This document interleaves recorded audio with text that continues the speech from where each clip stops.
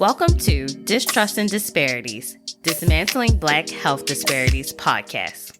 We examine health disparities that disproportionately affect Black women and Black families. In addition, we amplify organizations and individuals working to dismantle racist health practices and systems to improve health outcomes for marginalized communities. I'm your host, Jasmine Moore, a registered nurse, and I'm joined by my good friend and co-host, Camille White. Like I said, I call it the wonder drug. And for people that know that they're at risk, that's why education is so important. Because if we don't perceive risk, we don't understand that we should be getting tested and that PrEP is an option. You no longer have to wait for the diagnosis. You can get ahead of it. You could prevent the disease. In this episode, we interview the co-founders and chief clinical officer of HealthyMD. HealthyMD is a Black-owned sexual telehealth startup working to address the stigma around STIs and provides innovative solutions to get the most vulnerable communities tested and treated. Welcome back to another episode of Distrust and Disparities. We're glad you guys are here joining us, and June is Pride Month. The word pride is an integral cultural concept within the lesbian, gay, bisexual, transgender, queer, intersex community, and it represents solidarity, collectivity, and identity, as well as resistance to discrimination and violence. And Pride Month is dedicated to uplifting the voices of LGBTQI plus community, and also it's a celebration of their culture and also the support for their rights. On this podcast, we like to have those difficult and uncomfortable conversations, and we like to get to the root of the stigma and address the issue head on. In recent years, not too much focus or media attention has been shed on the steady rise of sexually transmitted infections, STIs. When we share the statistics and prevalence of STIs, you're going to be wondering why we are not discussing this silent epidemic. According to the CDC, an estimated 20% of the U.S. population, so that's approximately 1 in 5 people in the U.S., has an STI on any given day. And of course, extreme disparities exist. Individuals between the age of 15 to 24 have the highest rates of new infections. Black and Latinx people have higher rates of STI infections compared to white people, and also tend to have lower rates of diagnosis and treatment. Additionally, statistics show that men who have sex with men, whether they identify as gay, bisexual, or other, have a higher risk of contracting an STI than any other demographic. These are just some of the statistics that we want to point out. The numbers are very alarming, and more attention needs to be focused on the spread of STIs and sexual education. The good news is there are proven treatments and prevention methods for some of the most commonly spread STIs. We just need to get this information out there and reduce the stigma surrounding STIs. So we have brought in experts and trailblazers here today to talk about how they are working to tackle this silent epidemic, especially amongst the most vulnerable populations. We have not one, but 3 guests here with us today. We would like to welcome the leadership team of HealthyMD. And HealthyMD is an organization that provides nationwide end-to-end solutions for sexual health testing and treatments that connects patients to live, personalized care, all from the privacy of their homes. We have with us today Clifford W. Knights, the CEO of HealthyMD, Steve Vaxamar, the COO of HealthyMD, and Dr. Kishma Victor, Chief Clinical Officer of HealthyMD. And to start the conversation, we'll start with Dr. Victor, or Dr. V for short. We'll talk to her about her background and the clinical side of this epidemic, and then we'll speak with Cliff and Steve about how they formed this innovative organization, HealthyMD, which provides people with access to STI testing kits. Have you checked out our website? There you can find all of our episodes and show notes. You can even listen directly on the site and catch up on any previous episode you may have missed. You can read our bios and see what we're up to. Also, we made it even easier to contact us. Just fill out the form on our homepage and click submit. We invite you to recommend guests and topics we should feature. So what are you waiting for? Go check us out at distrustanddisparities.com. Hello, Dr. Victor. We're going to jump right into it. Early in your healthcare path, you began working in the field of HIV prevention. You were selected to serve as a health educator in collaboration with the CDC while you were in college. Can you tell us more about this role and this experience? So similar to what you see as far as the statistics today, we had similar statistics in that time. I won't age myself, but let's just say that this epidemic has been growing for some time. And the CDC at that time collaborated with family planning to stop the spread of HIV and AIDS in the younger population.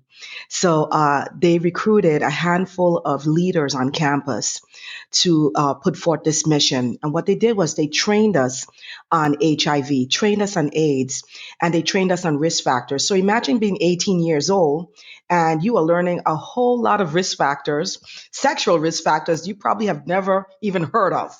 So it was an alarming experience, but it was a great learning experience. It taught me so much. It taught me not only about the medical field, it taught me about prevention, about public health prevention. And it taught me that if we can educate and test early in any population, including the college age population, that we can have better outcomes. People can utilize preventative measures such as condoms. People can even utilize abstinence if they choose to. And at the same time, they can utilize safer sex practices, get them into care if they're diagnosed, because even back then, college students were being diagnosed at alarming rates. So it was a wonderful experience, and it was the start of my introduction. So HIV for me is home because it was my first introduction to healthcare. How was it having those conversations with your peers at that time, just about STIs and, just getting tested and having safe sex? Well, I'll tell you, back then, Salt and Pepper had a song, Let's Talk About Sex, Baby. Yeah. And that was our song. Hey, Dr. B, I just want to let you know you just aged yourself. You said you didn't want to age yourself. You kind of aged yourself. A great song, though, by the way. I know, but I played it before every one of my presentations. And there was a few other rap songs that had positive messages. And we used them, and we used that as our opening. So I always had a little radio with me, and before any presentation, I used my music as my intro. And the music opened up the room for dialogue and conversation with this difficult subject. I also thought that the reason why, and the CDC was very smart about bringing peer health educators in, because teens and young adults, they listen to teens and young adults. Nobody wants to tell the campus nurse, because we had a wonderful nurse on campus and a wonderful clinic, but nobody wanted to go into the clinic and tell someone that's probably the age of your mom that, you've been engaging in these activities. It was so alarming, though, that a lot of people did not know that factors such as anal sex and oral sex were also risk factors for HIV and AIDS. So it was alarming to me to learn that information, but then you'll see how much misinformation that your peers had.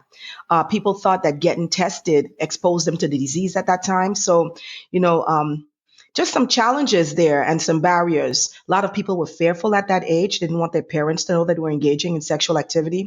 So like I said, it was great to hear peer to peer that, hey, what you just did last night, you might want to get tested. And we started to be leaders on campus where people would, let's say guys had multiple partners, they'll come to us and ask, can you give us condoms? So we ended up being the pharmacy, friend, counselor, everything in one, but a great experience. And I want to say that those statistics exist today. Mm-hmm. HealthyMD, one of our sister arms, provide services in the college. And we went to one campus in 1 week and had 20 HIV positive patients. These were all young adults in 1 week. And this just happened recently. So, there's much cause and reason for us to continue this mission. Yes. Wow. And like we pointed out in the beginning, ages 15 to 24, they have the highest rates of contacting STIs and also HIV transmission. So this work is definitely needed and needs to be talked about more because it's happening. And, college students, kids, they're afraid to have these conversations. And I think the peer-to-peer model is a great model to get people talking and just understanding what they need to do. Like there's prevention options, there's ways to get tested, and there's medication. And I know this CDC program, it kind of sparked your interest in public health and HIV and STI testing. How did that begin and kind of work throughout your career and how you chose to go about moving in your career path? So I have to say that. So that was my introduction to healthcare. And I continued my path and went to college, went to grad school, and I started bedside clinical. So what that means is that I was actually at the bedside taking care of patients that were sick. But it's great because I really was committed and I am still committed to one-on-one care. But somewhere in between taking care of my patients that were sick, that I understood that if I could touch populations, I could always make it back to this patient. So the outcome of population health became intriguing to me, not just doing preventative care for just one patient, but touching those populations, whether it be women, whether it be underserved populations, but just populations at risk in general. So it further triggered my interest to prevention from a population health standpoint and to my love and passion for public health.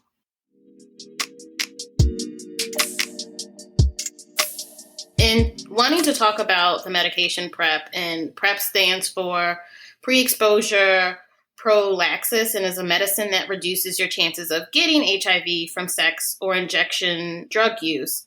When taken as prescribed, PrEP is highly effective for preventing HIV, and PrEP can be either in pill form or through injections. But Dr. V, can you talk more about this medication and really dive into how it works?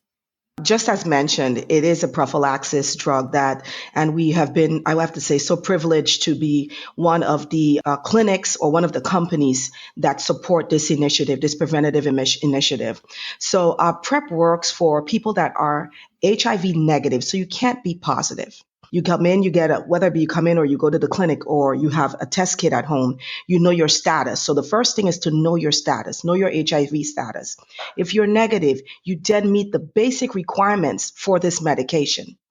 PrEP prevents you from getting HIV and AIDS, which is so significant now that we have this medication because people that are engaging in high risk behaviors, they can get on PrEP and prevent the spread of this disease and actually prevent even contracting the disease. So PrEP, like I said, I call it the wonder drug because it is. I have patients that are married to spouses that are positive and they take PrEP every day and they say, well, they utilize PrEP and they have remained negative, even though engaging in unprotected sexual activity with their married spouse. So, like I said, I call it the wonder drug. And for people that know that they're at risk, that's why education is so important. Because if we don't perceive risk, we don't understand that we should be getting tested and that PrEP is an option. You no longer have to wait for the diagnosis. You can get ahead of it. You could prevent the disease.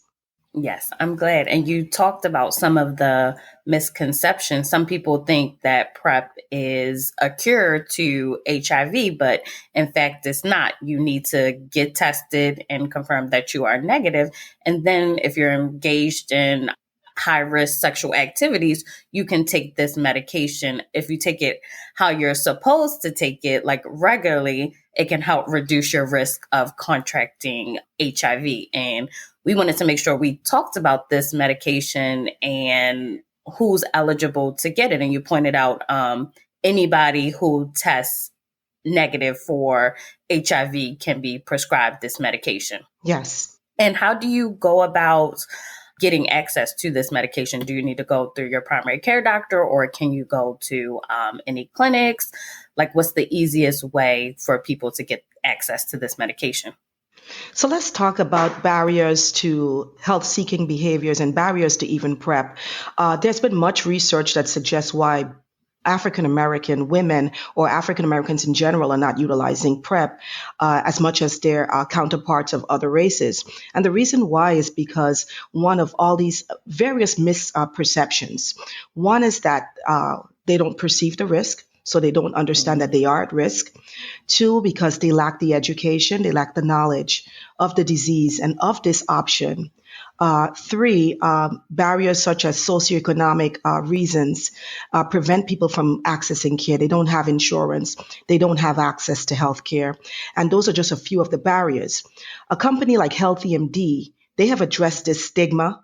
They have also made HIV preventative services like PrEP right at your fingertips in the comfort of your home. And that's why HealthyMD is so amazing in comparison to even clinical care, because it delivers testing in the comfort of your home. It delivers medications in the comfort of your homes. So there's no room for stigma. It breaks the barrier of socioeconomic reasons or barriers. So, like you said, the disease is there. It's prevalent. There's 1.2 million people living with HIV, and 13% of them don't know that they have it. So when we increase testing and we increase awareness and we increase the access to preventative medications, we stop the spread of this vicious disease. And some of the disparities that you're working to address, I'm going to read some of the statistics. Black people made up 14% of PrEP usage, but 42% of new HIV diagnosis, and is similar with the Hispanic Latinx community.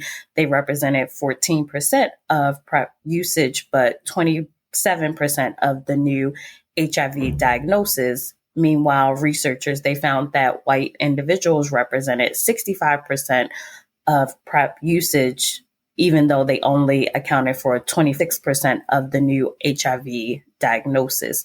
And I love that HealthyMD is working to provide not only testing, but education. That's the key. Education, and also reaching out to the community and letting them know what's available. Because like you said, there's a lot of misconceptions and myths that still exist to this day, despite improvement in access and all this research that we have. Communities are still being left behind. And after COVID, we saw an extremely high uptick of STIs. In the CDC, they reported 2.5 million new cases of syphilis, chlamydia, and gonorrhea last year. And syphilis infections alone shot up 26%. And they said the number of new cases like this, it hasn't been seen since the 1950s. And I know we talked about like the Tuskegee syphilis study. I just find it crazy that the levels are rising so high. And what is being done just to increase awareness of this rise and just encourage people to get tested? So yes, we have seen a rise in STDs and STIs since COVID, and there's a variety of reasons. In addition to the rise in HIV and STD, we've seen a rise in opiates and drug use and drug abuse during the pandemic as well. And earlier on, I talked about high-risk behavior. And high-risk behavior, it correlates with HIV and STDs. And the reason why is because when people are intoxicated, their judgment is impaired. They aren't necessarily thinking, oh, I should take PrEP or I should use a condom. That's just not an option for them in their mind at the time. They're too high to make informed decisions, or they're too intoxicated to make informed decisions. So if you look at statistically the fact that those in drug abuse rates rose so much during the pandemic, it gives way to understand just how the impact and the correlation is between HIV, STDs, and drug abuse. Also, we saw, and if you recall, during the pandemic, people were so concerned about getting COVID that no one took notice, even if they had a symptom for an STD or STI. It was all about, if I'm sniffling, if I'm coughing, I may have COVID, so let me go ahead and get checked. Because there was a pandemic, people weren't accessing healthcare either. So you couldn't even get a visit to your doctor for some time. I know people that couldn't even get blood pressure medicine, let alone an STD test or treatment. So, and because public health, when we look at public health, the attention shifted, the funding shifted.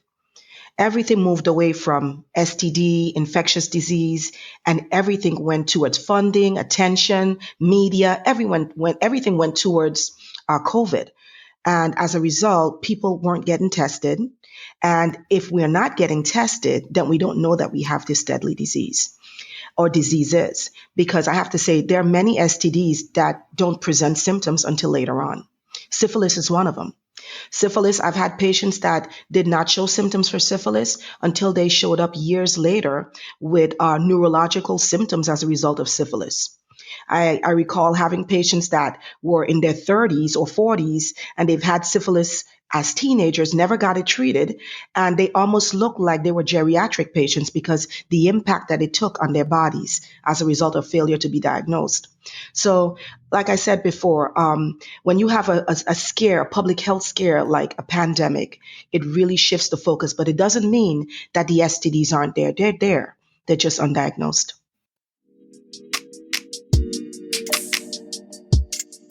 So now we want to talk with Steve and Cliff, the founders of HealthyMD. And as we have pointed out, there has been an alarming uptick in STIs.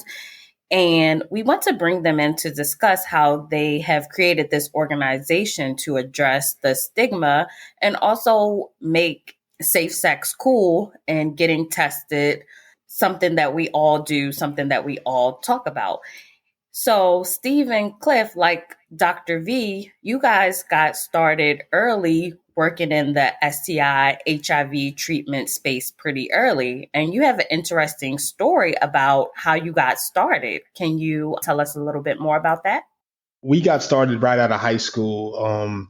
We threw parties in high school. The owner of the club owned a specialty HIV pharmacy, and he begged us to come work with him. We went and worked with him. Didn't understand anything about pharmacy or healthcare. We thought we were going to throw parties for the rest of our lives and be the cool guys on South Beach throwing parties. That's what we thought. And then what happened was he seen something in us that we didn't see in ourselves, and we were very grateful to the grace of God gave us that opportunity. And we started working in the pharmacy. Steve is naturally an analytical operations guy, and I'm naturally a marketing, personable type of guy. So I'm the people's person. Steve is the numbers guy.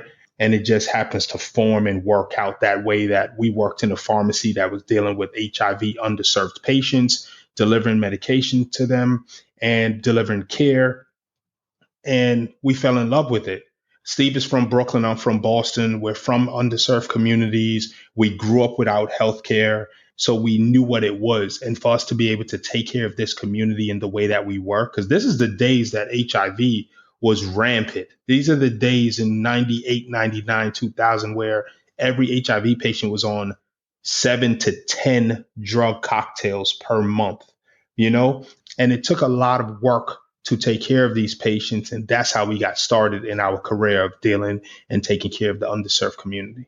That was pretty revolutionary, having a pharmacy specifically dedicated to the treatment of HIV and AIDS at the time. And you pointed out while working at this pharmacy, you quickly recognized some of the challenges that many patients face with just coming to the pharmacy due to a lack of transportation, and also some of the shame and stigma with asking for medications to get treated for HIV and also sexually transmitted infections. Can you explain some of these barriers that people face? First, I want to say thank you, ladies, for having us on the podcast. It's definitely a great opportunity. We appreciate it. Especially back then, the barriers, the community that we were servicing, we realized that, transportation was a big component, right? You figure they'd have to take a bus or figure out a way to get to the clinic. Then they'll have to figure out a way to take a bus to the pharmacy. So we realized very early in our career, in order to get to our customers, we had to provide a different level of concierge, a different level of service. That's why back then we were delivering the medication, which was pretty unheard of. Back then, this is 98, 99. And again, we're aging ourselves. But we realized very early, in order for us to get over some of those barriers and some of those obstacles for our community, that we had to provide a different level of care, meaning that we had to bring the services to them or provide some form of transportation in order to keep them in care. And then you also have to be a little bit of compassion for those communities as well, because We know that they deal with a lot of other social economic issues. So being able to have services, or at least be able to refer them to services to help them, because if the person doesn't have rent or doesn't have food, they're not really, I mean, healthcare is typically the last thing that they care about. Unfortunately, in our community, unless it's broken or bleeding, we're not going to the doctor, right? So for us, trying to provide that level of concierge back then is what transitioned us to the position we're in today, and still carrying on those services to make sure we bring the services to the community. Hence the reason why our test kits for HealthyMD are absolutely free, and we ship them directly to the patient's homes. We're trying to eliminate any of those challenges and those barriers. Yes, that's wonderful. And we talk about on this podcast, health disparities is a multifactorial issue. You have to address everything. And like you said, you got to address your basic needs as far as like having a roof over your head, having food to eat. So sometimes picking up your medications might be the last thing. And if you know you have to catch a bus and go out your way to get those medications, you might not do it. So recognizing those barriers, bringing the medication to the most vulnerable populations, it makes a difference. And you also build people's trust in the community. Absolutely. And eventually, after working at this pharmacy, you built a solid reputation in the community of South Florida. And then eventually the CDC reached out to you guys with developing a strategy to reduce the alarmingly high rates of STIs in the African American community.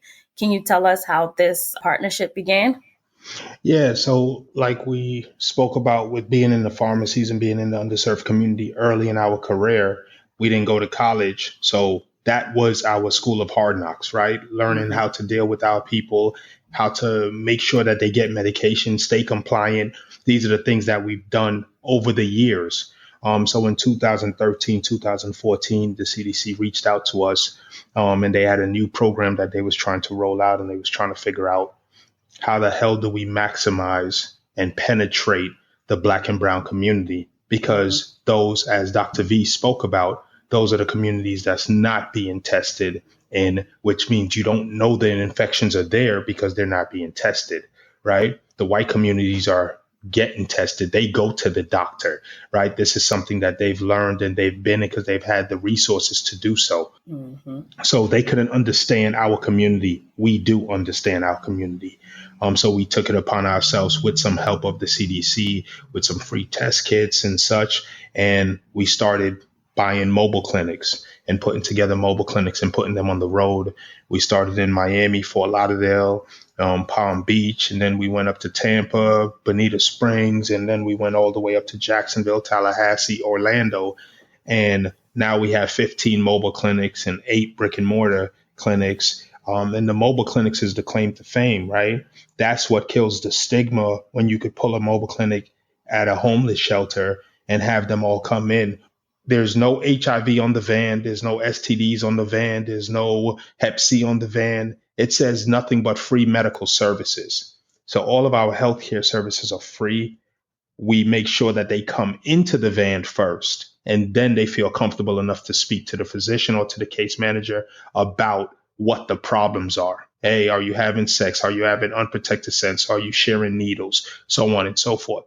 These are the things that make them comfortable and make them trust us enough to now start having that real conversation so they could get tested and treated or be put on PrEP because they're living a riskier lifestyle. Absolutely. I mean, to complete what Cliff was saying, there's education and access, right? That's the key.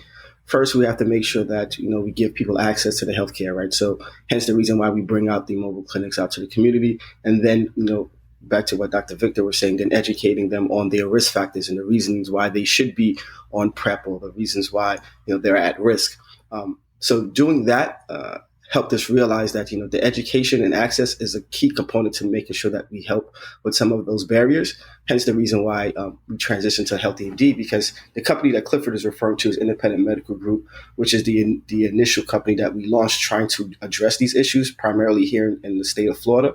So when we realized that Cliff had the great ideas, like how do we do such great work, nationwide? And Dr. V was with us too, and she's been managing that fleet of 15 mobile clinics and the 100 and some odd employees that we have, and she's done a great job doing that. So fast forward when we started thinking, how do we provide these same services nationwide. Hence the reason why we launched the HealthyMD platform, because we wanted to reach more, treat more, right? So how do we get to more people a lot quicker, and how do we provide that education and access? So with IMG, our clinics, we provide the free testing, the free telehealth visits. We bring the mobile clinics out to the community. So that's very easily to do. But to be able to do that on a grand scale, we had to launch HealthyMD, which is why we offer the test kits are absolutely free. The telehealth visits are absolutely free. And it's very simple at the comfort of your own home. So we try to give access to all. From having the mobile clinics and the brick and mortars, you realize there's a demand, there's a need. People were reaching out to you. How do we replicate this in other cities, other urban areas that are suffering and seeing an increase in STIs? So you created this online platform, HealthyMD. So can you tell us about when you launched, and also tell us how the services work and what particular infections do you test for? Yeah, so we launched last month in April. So we've been launched for about a month or so. We're very happy about the launch because healthymd.com, when you go on there, you can order a test kit. It ships to your home. You can test yourself in the comfort of your own home. Send it back. Your test results uploads in your portal. You have a telehealth visit where you see a physician and they write a prescription for you, whether it's an STD, whether it's HIV, whether it's hepatitis C, or it's prevention HIV care. Those are the modalities that we take care of today.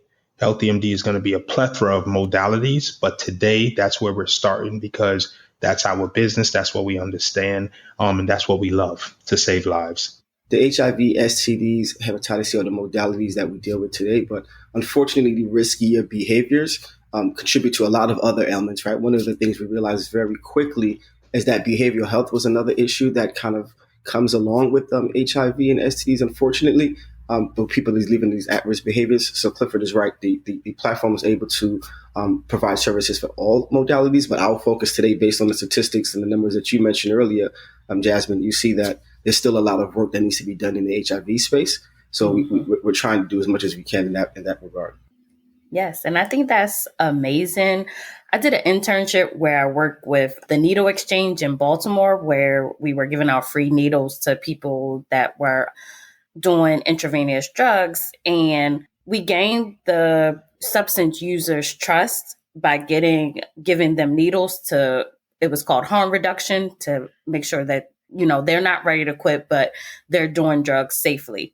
But then eventually when people were ready to quit, we were there. We had the services to get them into programs. So HealthyMD is a great way for people. They're coming to get treated for STIs, and then they're getting telehealth services, and then they can be connected with, you need to get a primary care doctor, you need to be seeing your GYN annually, you need to get a breast exam, making sure this is the first step for them to taking control of their health. So I love where you guys are going and just addressing, one issue, but you're eventually going to expand to be able to offer more services and just help people take better care of their self. So I think that's great. Helping people get access. I mean, that's the key component, man. Just helping our community get access to these services. I mean, unfortunately, like I said before, unless it's broken or bleeding, we're not going to the doctor, right? So, a lot of times some of these ailments can get unserviced for years, and it's just simple antibiotic or something that can take care of it, right? So, unfortunately, most times in our community, healthcare is not a priority for us. So, trying to give people access. Yes, and I've worked in the emergency department, and when people come in to get tested for sexually transmitted diseases, oftentimes they're waiting hours because, especially in urban areas, they're dealing with gunshot wounds and different other chronic illnesses. So people get turned away from even just coming to emergency departments and even ambulatory care. So since COVID, more people are comfortable with testing themselves at home with the kits and also receiving telehealth services. So you guys are coming in at a perfect time to let people know that you can also test yourself for STIs and also get treatment and prevention and education. Yeah, I think that it's a big opportunity for everyone. right? If you have sex, you should get tested. But I think that the colleges, it's going to be huge in the colleges. And the reason why is from the statistics that you all spoke about. We have 25% of all STDs come from colleges and universities across the nation. And the reason why a lot of college students don't get tested at their STD clinics that's on the college campus is because of the stigma. Dr. V spoke about it earlier. She was able to save 15 or 20 lives by diagnosing their HIV and getting them in care from college. The reason why they just found out when we got there is because there was no stigma of them coming to get care with us, right? But in the STD clinic on campus, it's the STD clinic. That's what it's called. You walk in there, everybody's looking at you and judging you and saying, "Hey, why are you in there? What did you go there for?" Right. Whether it's negative or not, they don't care. You just walk in there. Exactly. But HealthyMD.com, you can order a test kit from your dorm room, get it. You could test yourself. You could ship it back and have a telehealth visit and have the medication shipped to you. And no one knows. No one's judging you. There's no stigma attached to it. And we could just save more lives. And our goal is to save 1 million lives. So that's the start. HealthyMD.com. Yes. And we have the website in our show notes, and we'll also have it on our social media pages of where you can go to healthymd.com. Very simple, straightforward of how to use those tests. Dr. Victor, could you tell us more about your specific role at HealthyMD as the Chief Clinical Officer? And Jasmine did pull a quote that is from Stephen Clifford, quote, "It means a great deal to have an African-American woman in our C-suite with Dr. Victor's level of expertise, professionalism, and commitment on our team. As Chief Clinical Officer, she streamlined our clinical operations and expanded our mobile unit efforts throughout the state of Florida." And then another quote is, "We've already witnessed elevated efficiency within our clinics and expect Dr. Victor to continue that work. I believe that with her leadership and unique perspective, she will be able to help the company expand into new territories while servicing more patients." Before she answers, I just want to tell you, Dr. V has been a godsend, Lord knows. We appreciate all the work that she's done. Trust me. Yeah, we are excited to hear more about Dr. Victor's plan and her role in the company. And I just love how you guys shout her out and you have a Black woman at the top, and we would love to hear For sure. more. And I want to just make a quick correction. She is the Chief Clinical Officer, but she is also the president. We've been trying to get her to get a clinical officer up under her to help her out, but we haven't located one yet. But she is actually currently the president. Yay. Just to be clear, she's the best at both. So Yes. Still wearing two hats right now. Yeah, as we would like to keep her at both, we know she has to have a life. So we're trying to figure that one out. But go ahead, Dr. V. I'm sorry. Oh, thank you. I wanted to say that it's easy to come in and you find a culture where the owners are uniquely themselves. They're passionate about saving lives of all communities and underserved communities, but they also recognize the need for services in the underserved and Black and Brown community as well. So it's exciting to come in and see that fire and that passion because it's contagious. You cannot come in with that energy. And anyone that comes in and they're dull, trust me, after a month of that they've been with these owners, Steve and Clifford, they've shifted because you can't, it's like I said, it's contagious. It's a fire and a hunger to save lives. It's a fire and a hunger to touch lives, to get the word out there. So it's an amazing group of individuals and professionals to work with. My unique role to IMG and HealthyMD, I guide the clinical practice, but I also share that vision with the chiefs where I utilize a lot of statistical data to direct the people that we serve, to understand how do we meet and touch more lives. Chief Clifford Knights just said that 1 million lives is our goal. So how we get to 1 million lives is by evidence-based, knowing what communities are at risk, who's hurting, who needs our service. And what much of that data has told us is not only who needs the service, but how do we get it to them? How do we get past the stigma? How do we get past the embarrassment of going to a clinic? And your answer is HealthyMD. You have testing at your fingertips in the comfort of your home. You have treatment. You have preventative measures in the comfort of your home. There's no excuse to not know your status. There's no excuse to not take the test, take control, and know your options for prevention. And that's what makes this company so amazing. It's been an honor to serve. It's been an honor to lead. It's been an honor to provide care to underserved. It's been an honor to see that last year we provided 12,000 treatments at one of our other companies, 12,000 treatments in underrepresented communities. And I don't take that lightly because hospital systems have told me that they don't even treat as many HIV or hepatitis C patients as we do.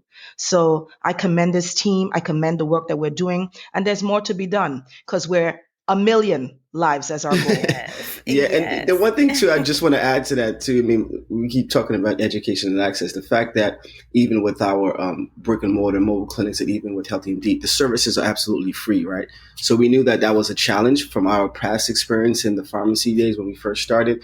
And Dr. V, recommended that sentiment as well, coming from her space and her background. We knew that some of those financial barriers is one of the biggest challenges. If people don't have insurance, they figure, I don't have insurance, I can't even go and take care of my healthcare. So making sure that the services were absolutely free for the consumers was a very big component to what we do. Now, obviously, I mean, if they do need to get treatment, we do help navigate through all of those different social economic issues. Like I mentioned, we help them try to procure insurance if they do need one, if they want some.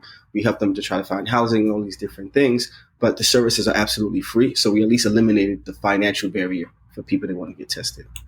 Yes. And we are so excited to have everyone on. Dr. V sharing her clinical experience, and also Cliff and Steve. You guys don't have a healthcare background, but you're dedicated to addressing health disparities and stigma. And we want our audience to know, like, if you have a problem or recognize an issue in your community, you can take those steps to address it. And also, if you're working in healthcare, like Dr. V, there's something that you can do to help those in your community that are underserved. There are different ways to go about advocating for a change that needs to be done. So we're excited to have all three of you guys on to share your unique perspective and just how you're prioritizing the most underserved populations. And you're looking at the issue from multiple different angles, from socioeconomic, looking at college kids, and addressing barriers on all fronts. And you have an amazing goal of targeting several different communities. I just want to say one last thing because, Jasmine, you mentioned the needle exchange that you work with in the past. Cliff and I had a stint where we were doing some testing at a needle exchange as well. I just want some of your listeners to know, because Cliff and I get questions and text messages and emails and DMs all the time for people all over the country wanting to know how they can participate and how can they help. I just want to tell you that, we'll tell your listeners that, I mean, you can always partner with, some other local community advocates, other community people who are doing something similar, something in the same realm, like that needle exchange. We can't boil the ocean. Like Clifford like to say, we can't do it all. We know that we can do our part. So yes, we can't handle all issues. We know that when it comes to STIs, we can help and deal with, trying to help the barriers and disparities in that sector.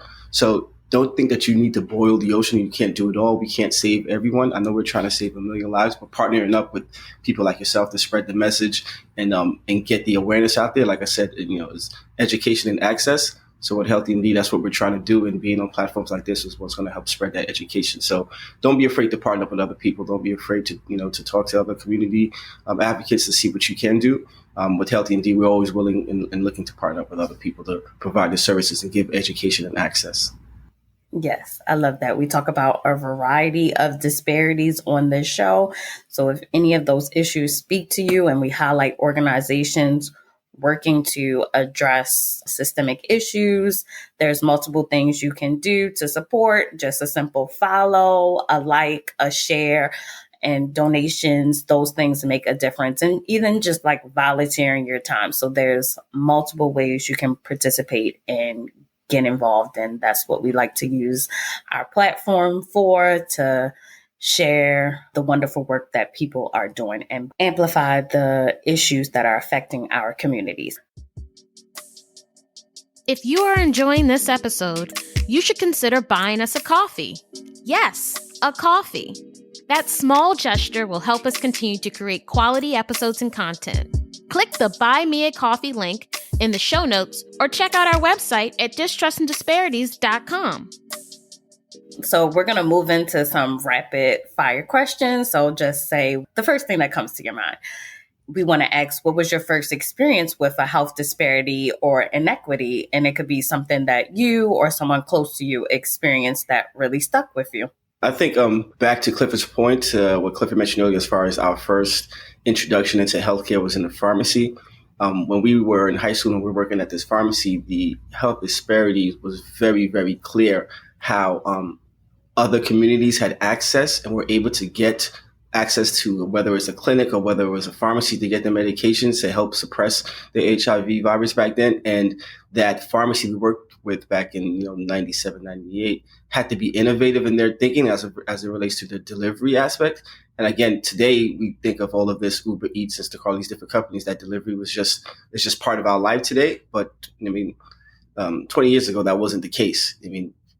Trying to get your groceries delivered or medication delivered wasn't an option. So trying to be innovative from back then was like the first introduction to like, wow, these people are sick and can't get taken care of just because of the lack of transportation. And that's just one little social economic issue that was like, okay, that shined a light on some of the challenges that I seen our community had. And then obviously the financial component, simple things like your copayment. If you couldn't afford a $2 copayment, now you can't get your medication because of a $2 or $3 copayment, right? So that was, I think, my first introduction into like, wow, these healthcare disparities, even though we were being affected at a higher rate, but we didn't have the access just because of something as simple as a low copayment or transportation. Did you have maybe a particular moment, Dr. V, where, you can pinpoint your first experience with a health disparity? Yes, working in a clinical setting, we read all the time that there's cultural biases as it relates to certain groups of individuals when they're in care, and they call it provider biases as well. So that means physicians don't understand their patients and vice versa. And I'm working in a huge health system one time, and I got to see this case after case where patients came in from so many different cultural backgrounds, different languages. No one cared to assess those barriers. And so patients were coming back with, okay, let's say they were diagnosed with diabetes. They were coming back with, after getting education, they were coming back doing the same risky behaviors that they were doing prior to their diagnosis. And it became clear during visits that the barrier was still there. The provider never understood the patient, weren't sensitive to the language differences, weren't sensitive to the cultural differences. And having cultural sensitivity and understanding the cultures you serve is important because there's Asian cultures that look at health and health-seeking behaviors different. There's Native Indian American cultures that look at things very different. The Black and Brown community, we're so diverse and we look at things very different from a cultural standpoint. We look at care different. We look at communication different. So the way that you communicate with your populations, it impacts the disparities. It impacts the outcomes. I am culturally diverse. I'm multilingual personally. So I've been in a space where I've had to translate for patients and even translate not just language, but translate culture. So, and what it impacts. So, sometimes people they may speak English, but because of our unique backgrounds, we believe different things. Yes, that's so true. People are not a monolith, and you need to get to the root of the issue and the barriers that people are facing, or they're just going to keep coming in and getting sicker and sicker. And the next question we wanted to ask, what advice would you give to individuals that have identified a specific healthcare issue or disparity and they want to take the first steps to addressing that issue? And I know Steve and Cliff, you guys don't have a professional background in healthcare, but you are doing amazing work with tackling a major health disparity. I would say because we're natural entrepreneurs, it was from the grace of God that put us in the position to be in healthcare. I don't know if we necessarily chose healthcare. I think that we fell in love with the work, right?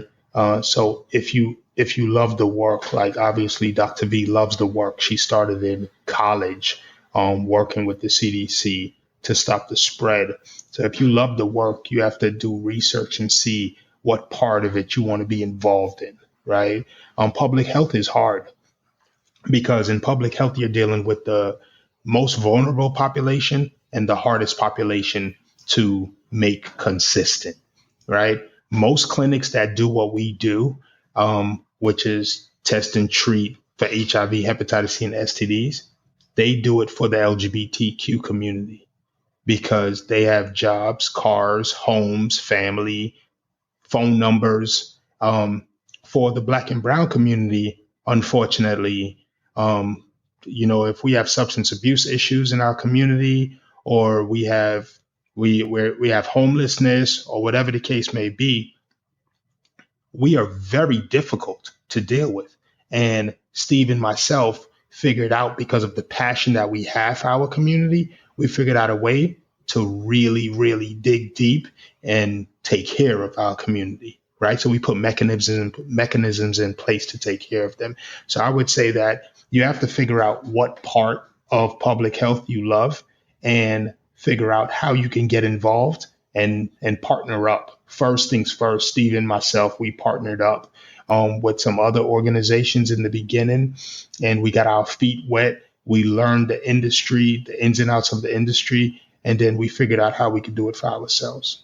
Absolutely. That was great. That's exactly what I was going to say. I mean, if you want to get started, you definitely have to find some other people in the community. Like you mentioned earlier, we can't do it all. I mean, I'm sure there are other people in the community that are doing some portion of that. So if you want to get started, it's typically best to try to find an organization that's in that community that's either providing some type of, treatment or provide outreach, and then just get involved somehow. Once your feet gets in the door, it's like Jasmine, you're saying you were going to the needle exchange, right? So you're doing your part testing while the needle exchange is doing their part trying to take care of the drug usage, right? We can't do it all. Find a liaison in that community and get in touch with the Department of Health. The Department of Health is always looking for partners to help stop the spread and to help stop some of these the stigma. So yeah, definitely find partners in the community that you can work with. Dr. V, for healthcare professionals working at the bedside, how do they speak up and, advocate for their patients and, get started? It takes a lot to speak up, and some healthcare professionals, they may need some advice. All right. So I'd first like to say that, when I love to talk prevention all day long. So I believe that we could either be a part of the problem or the solution. So if our solution is that we don't have enough representation in the professional space, like doctors, nurses, radiology technicians, be a part of the solution and not the problem. So if we know that this problem exists, that we don't have representation, then more of us need to go to school. Go to school, get involved, volunteer in those communities. That's the first thing. So volunteering in your community, I think, is a big thing. And then volunteering in the hospital. You can be a candy stripe person. I don't want to say girl, because you don't have to be a girl to be a candy stripe. But there's always opportunity to volunteer in communities of need, in clinics like our clinics, in the hospitals. So volunteer and figure out where in that space you want to be and be a part of that solution. Now, if you are a provider and you're already in that space, you work at a clinic, you work at a hospital, and you're seeing that there's some injustice or disparities, you have an opportunity to be a part of that solution also. One, I believe in patient advocacy. There is no hospital, no clinic, no space that can penalize you for patient advocacy. Advocate for your patient. When you know what's right and it feels right or wrong right here. If it doesn't feel right, and if it's going to impact the patient in a negative way, or you can see with your eyes, the patient doesn't even know that it will impact them negatively. But it's your heart. It's your conscience. Be an advocate. Now, if you want to know what to do as an advocate, there's some channels you can take in the hospital. Every hospital has an administrator. Ask to see the administrator. Ask to see the patient rights advocate. Every hospital, or at least most of them, have a patient rights advocate.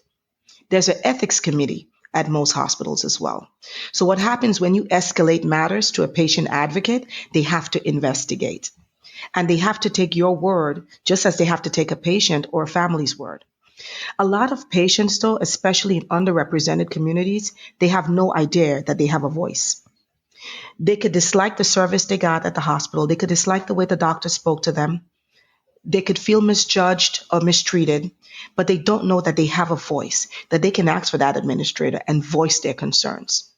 And an investigation has to be launched, because every complaint or grievance has to show that the end result, there's a whole system in place where you have to investigate all grievances. So I'd like to just make sure that, not only employees or potential employees know that they have rights, but any listener today that may have been in a healthcare system and feel that services were unjust and they were mistreated, that they do have a voice and they should ask for administration right away.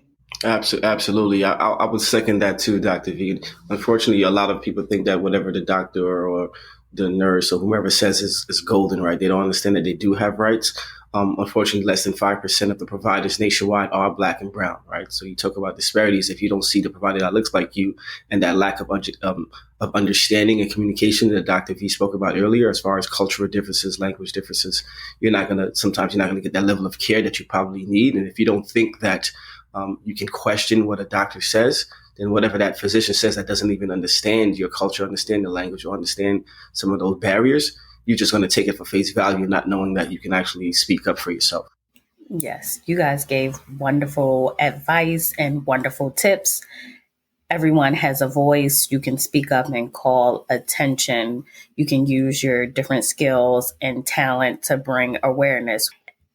And the last question, working in this field, it takes a lot of work, and you guys are giving it 1,000%. So what hobbies or activities do you have that, keeps you sane and just re-energizes you? Well, for me, I'm a chess player, so I like to play chess.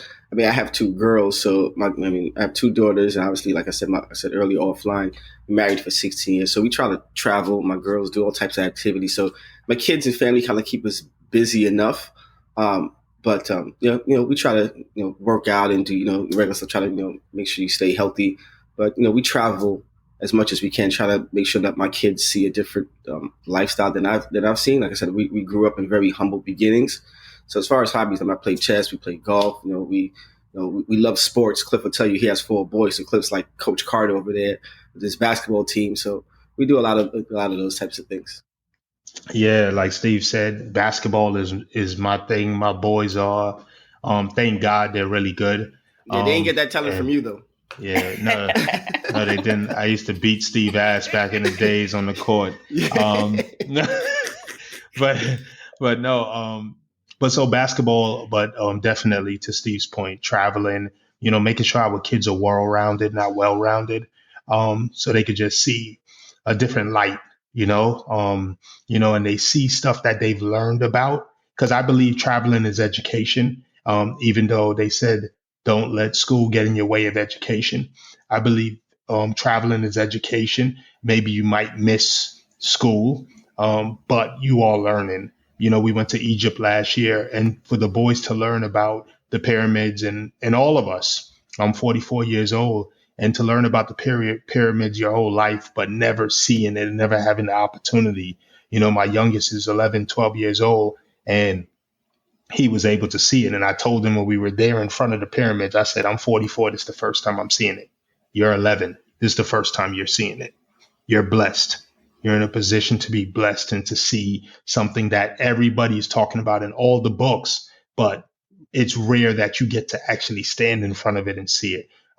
So that's basically what keeps us going, what keeps us pushing to be able to, and not only our kids, but we also do this for other kids. My oldest son owns a podcast called Young CEO Project, and teaching high school kids and college kids how to be CEOs, because this is what he learned when he was in high school and college. So he wants to give that back. So all of these different things, this is what keeps us going. And what about you, Dr. V? A few things. I first want to say that it's never too late to develop a talent, or it's never too late to explore a new hobby. I currently play tennis, but I started doing ice skating about maybe 3 years ago. And I have to tell you, first couple time on the ice, I went down pretty hard. When you're not 7 and 6. Wait a minute, Dr. V. We can't be having you ice skating here getting hurt. We need you. Wait a minute. No, Steve, don't worry. I'm We got an past that. elevator, so her wheelchair can pull into the elevator. We're good to go. Don't worry about it. So I am past the stage of falling, but I'm not out there in my ballerina dress yet, but I do enjoy it. But I do have to say that I get a rush with tennis. After the long week, I'm excited to be out there. And it's something about hitting those balls, getting out on the court. But it's never too late. I actually started playing chess, like Chief Steve, about a year ago. And I love it. It's analytical. And I'm not a pro yet, but I enjoy it. So just light things like that. Reading when I'm not reading a medical journal. I like to read journals. I will not tell you the types of journals, but I do like to read. But yes, no hot Stevie novels, no. But I just want to say that. So yeah, so you're never too old to explore, but having that balance, like the chief said, traveling, it's important to have that, that exposure to different things.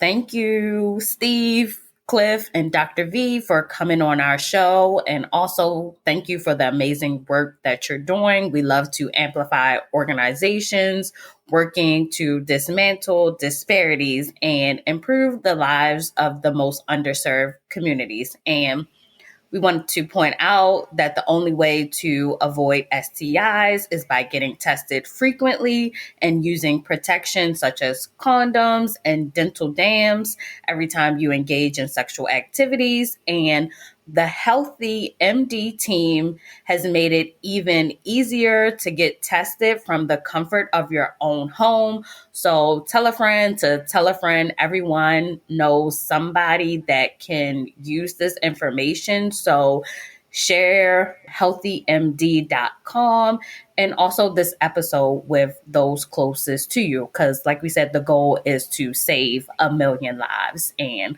let's get behind it. Thanks for listening to this week's episode. If you would like to suggest a topic we should discuss or share your own personal story, email us at distrustanddisparities@gmail.com. Don't forget to subscribe wherever you listen to podcasts. Please rate, review, and follow us on Instagram and Facebook at Distrust and Disparities and on Twitter at DistrustPod.